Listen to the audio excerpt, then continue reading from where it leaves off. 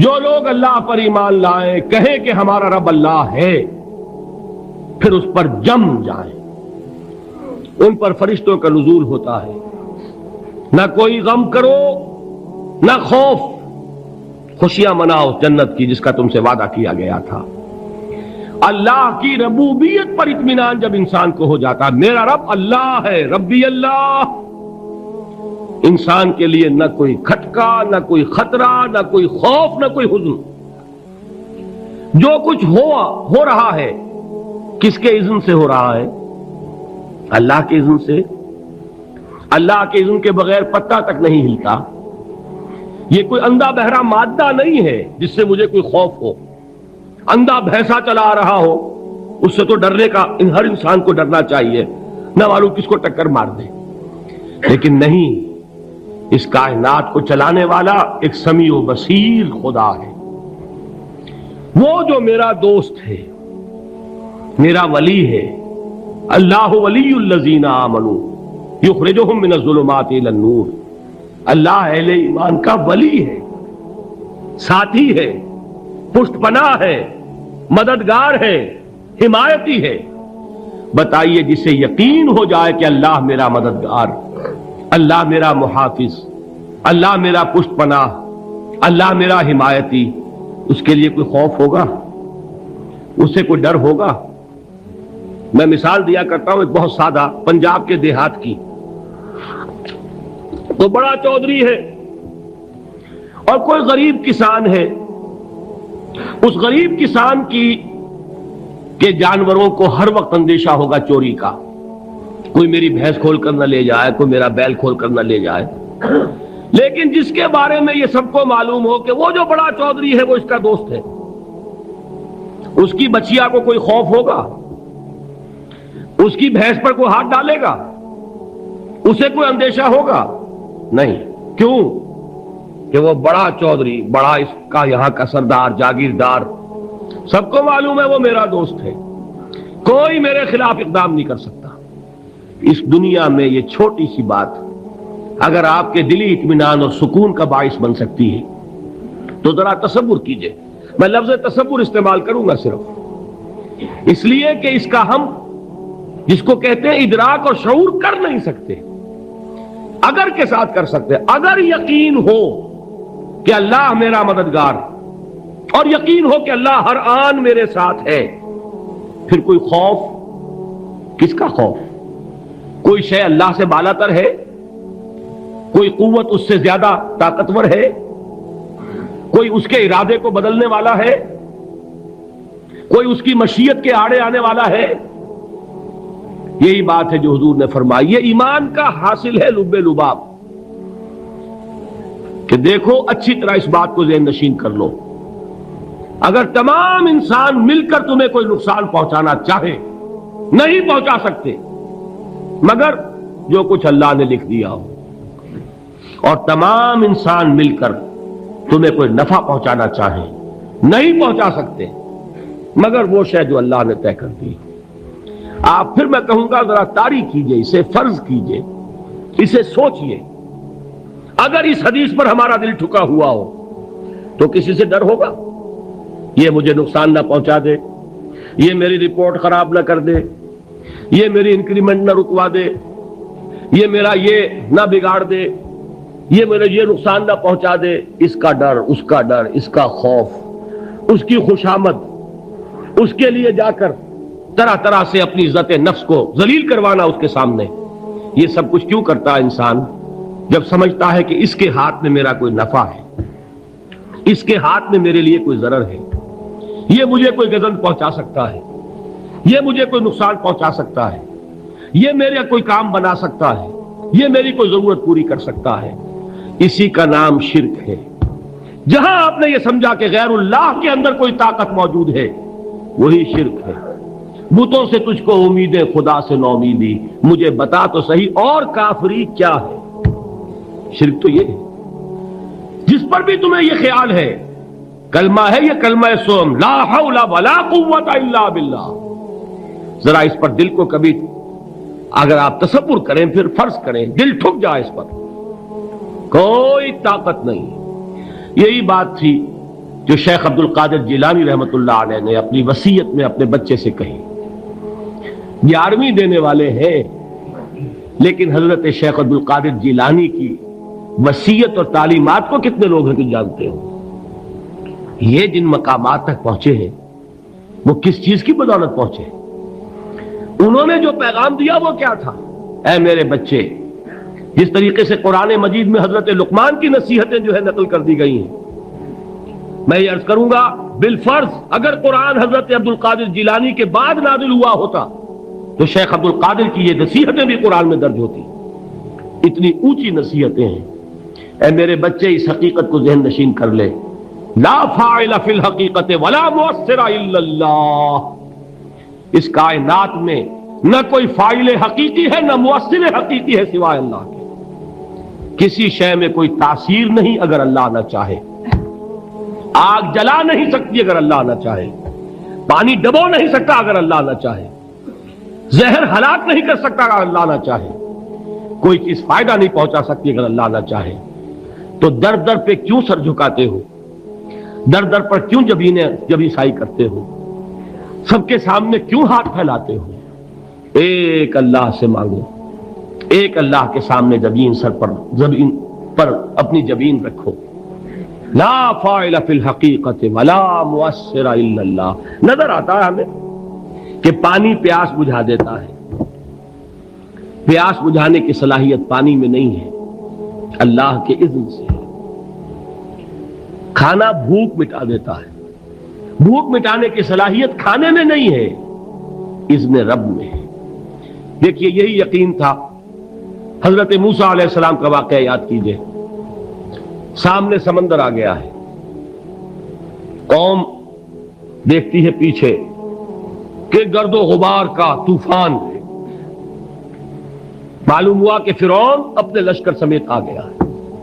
لشکر جب چلتا تھا تیز رفتاری کے ساتھ تو گرد و غبار کا جو طوفان اٹھتا تھا اس کا تصور کیجیے. اور لمحہ بلمحہ وہ قریب آ رہا ہے. پوری قوم نے کیا کہا؟ اے موسیٰ انا لمدرکون، اے موسیٰ ہم تو پکڑے گئے. قرآن مجید نے تو یہاں وہ باتیں نہیں لکھی ہیں، لیکن تورات میں یہ درج ہے کہ بنی اسرائیل جھگڑنے لگے، دست و گریبان ہو گئے موسیٰ کے ساتھ. موسیٰ ہمیں یہاں مروایا لا کر، اس سے تو ہم ہی بہتر تھے. وہاں کھانے کو ملتا تھا، زندگی تو تھی، بیگار ہم کر رہے تھے، موت تو نہیں تھی. اب جو کچھ ہوگا اس کا تصور کرو، جس طریقے سے ہمارے ٹکڑے اڑائے جائیں گے. تو لڑ رہے ہیں حضرت موسیٰ علیہ السلام سے. یہ تورات کی تفصیل ہے. قرآن میں صرف اتنا آیا ہے، پریشان ہو کر انہوں نے کہا انا لمدرکون، موسیٰ ہم تو پکڑے گئے. اس وقت موسیٰ کا جواب کیا ہے؟ کلا ان معی ربی سیہدین. نہیں، میرے ساتھ میرا رب ہے، وہ راستہ دے گا. بتائیے کہاں راستہ نظر آ رہا ہے؟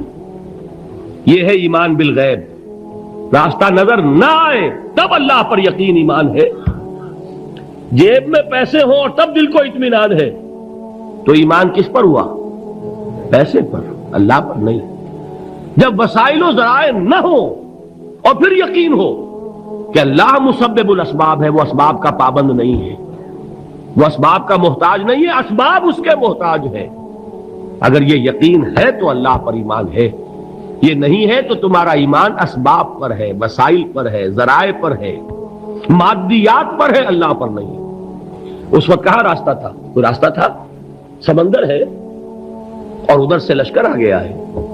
کلا ان معی ربی سیہدین. اب دیکھیے ایمان کہہ دینا آسان ہے، ہوا معکم اینما کنتم، جہاں کہیں بھی تم ہوتے ہو اللہ تمہارے ساتھ ہوتا ہے. لیکن اس کا یقین قائم ہو جائے تو زمین و آسمان کا فرق واقع ہو جائے. یہی بات ہوئی حضور کے ساتھ. غار ہے، چھپے ہوئے ہیں محمد الرسول اللہ اور آپ کے وہ یار غار ابو بکر صدیق رضی اللہ تعالی عنہ. اقبال نے حضرت ابو بکر کی شان میں چند اشعار کہیں صرف، لیکن واقعہ یہ ہے کہ بھاری بھاری نظموں پر اور قصیدوں پر بھاری ہے. طویل ترین نظمیں اور قصیدے ہوں ان پر بھاری ہے. ہمتیں ابو بکر کی ہمت جو ہے کشت ملت را چو ابر، جیسے بارش سے کھیتی اپجتی ہے، ابو بکر کی ہمت اور عزیمت اس امت کو اسی طرح سینچنے والی ہے۔ ثانیے اسلام و غار و بدر و قبر، وہ دوسرے تھے اسلام میں، دوسرے پہلے کون تھے؟ انا اول المومنین، حضور فرماتے ہیں سب سے پہلا ایمان لانے والا میں، دوسرے ابو بکر۔ ویسے ہمارے ہاں یہ چلتا ہے اختلاف، حضرت علی پہلے ہیں کہ حضرت ابو بکر پہلے ہیں، لیکن اس میں بڑی خوبصورت تطبیق قائم کی ہے علماء نے، اور بہت صحیح ہے۔ چار کے بارے میں فیصلہ ہی مت کرو کہ کون پہلے ہے، ان کی ایک عجیب تقسیم کر دی ہے۔ آزاد مردوں میں، بالغ مردوں میں سب سے پہلے ابو بکر، بچوں میں سب سے پہلے علی، خواتین میں سب سے پہلے خدیجہ، اور غلاموں میں سب سے پہلے زید ابن حارثہ۔ بڑی پیاری تقسیم ہے، یہ چاروں ہی پہلے ہیں، ہر ایک کے لیے اولیت ہے۔ اور واقعہ یہ ہے کہ اگر زمانی اعتبار سے تعین ہوگا تو پہلے خدیجۃ الکبریٰ آئیں گی رضی اللہ تعالی عنہ، کسی اور سے بات کرنے کی نوبت بعد میں آ سکتی ہے، پہلے تو اہلیہ محترمہ سے بات ہوئی، آتے ہی پہلی وحی ہوئی ہے، ابھی تبلیغ کا حکم نہیں تھا، کس کو بتایا واقعہ؟ ابھی اپنی نبوت کی تبلیغ کا تو حکم ہی نہیں آیا، واقعہ کس کا ہے؟ وہ خدیجہ کا ہے۔ جب کہا ہے کہ خشیت علی نفسی، مجھے اپنی جان کا اندیشہ ہے، تو کیا جواب دیا خدیجہ نے رضی اللہ تعالی عنہا؟ وہ صدیقۃ الکبریٰ ہے، صدیقات جو ہے خواتین ان میں چوٹی پر خدیجۃ الکبریٰ ہے رضی اللہ تعالی عنہا، اور صدیق جو مرد ہیں ان میں صدیق اکبر ہے ابو بکر صدیق رضی اللہ تعالی عنہ، لیکن صدیقات میں چوٹی پر۔ جب حضور نے فرمایا خشیت علی نفسی، کیا فرمایا، کیا عرض کیا، کیسے تسلی دی؟ نہیں نہیں، اللہ آپ کو ضائع نہیں کرے گا، آپ غریبوں کے ہمدرد ہیں، آپ مساکین کے تکالیف رفع کرنے والے ہیں، آپ بیواؤں کی سرپرستی کرتے ہیں، آپ مسافروں کی خدمت کرتے ہیں، اللہ آپ کو ضائع نہیں کرے گا۔ یہ یقین ہے اس خاتون کے اندر۔ خیر وہ ایک علیحدہ بات ہو جائے گی۔ میرے دل پر حضرت خدیجہ رضی اللہ تعالی عنہ کی شخصیت کا بڑا گہرا نقش ہے، جو وہ کوئی اور ہی وقت اور موقع ہوا تو بیان ہوگا۔ بہرحال اقبال نے ایک مصرے میں جو چار اولیتیں جمع کر دی ہیں، ہمت او کشت امت را چو ابر، ثانی اسلام و غار و بدر و قبر۔ اسلام میں حضور کے بعد پہلے کون؟ ابو بکر۔ غار میں حضور کے ساتھ کون؟ ابو بکر۔ بدر کی رات اللہ کا رسول سربسجود، وہ جھاڑ، وہ گھاس پھوس کی جو جھوپڑی بنائی گئی تھی، اور وہاں تلوار ننگی لے کر پہرا دینے والا کون؟ ابو بکر۔ اور اس حجرہ عائشہ میں محمد کے بعد سب سے پہلے دفن ہونے والا کون؟ ابو بکر رضی اللہ تعالی عنہ صلی اللہ علیہ وسلم۔ وہ جو معاملہ میں سنا رہا تھا غار ثور کا، حضرت ابو بکر بھی حضور کے خیال سے لرز گئے ہیں۔ آپ کو یاد ہوگا کہ جا کر پہلے تمام جتنے سوراخ تھے انہیں بند کیا ہے، ایک سوراخ رہ گیا تھا جس کو بند کرنے کے لیے کوئی کپڑا نہیں تھا، وہاں اپنی ایڑی رکھی ہے، تب کہا ہے حضور سے تشریف لائیے، اور اپنے زانو پر حضور کو لٹایا ہے، اور وہاں کسی موذی جانور نے کاٹا ہے، حضور کی آنکھ لگ گئی تھی، اس وقت اس بل کے اندر جو بھی بچھو ہے کیا ہے واللہ عالم، اس نے کاٹا ہے، اس کی تکلیف کی وجہ سے ابو بکر کی آنکھوں سے آنسو ٹپک گئے، حضور کے چہرے مبارک پر پڑے ہیں، تو حضور جاگے ہیں، معاملہ کیا ہے؟ ایڑی نہیں ہٹائی وہاں سے، مبادا وہ جانور وہاں سے نکل کر محمد الرسول اللہ کو کوئی گزن پہنچا دے، ابو بکر کی ایڑی ہے، جس طرح چاہے کھا لے، ختم کر دے، جان نکل جائے تب کوئی آنچ آئے محمد پر تو آئے، لیکن جیتے جی نہیں۔ وہ ہے ابو بکر حضور کے خیال سے۔ اس وقت حضور نے پھر اپنا لعاب دہن لگایا ہے، اور اس سے پھر آپ کی تکلیف ختم ہوئی۔